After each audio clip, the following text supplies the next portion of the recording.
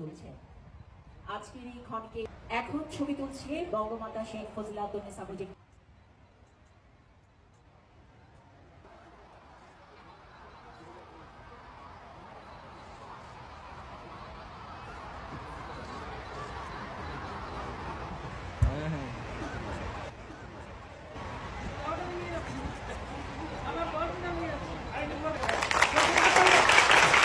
সম্মানিত সুধীমণ্ডলী, আপনারা দেখতে পেয়েছেন আজকের অনুষ্ঠানের ক্ষুদে শিক্ষার্থীবৃন্দের সাথে এই ক্ষণটি স্মরণীয় করে রেখেছেন আমাদের আজকের অনুষ্ঠানের প্রধান অতিথি।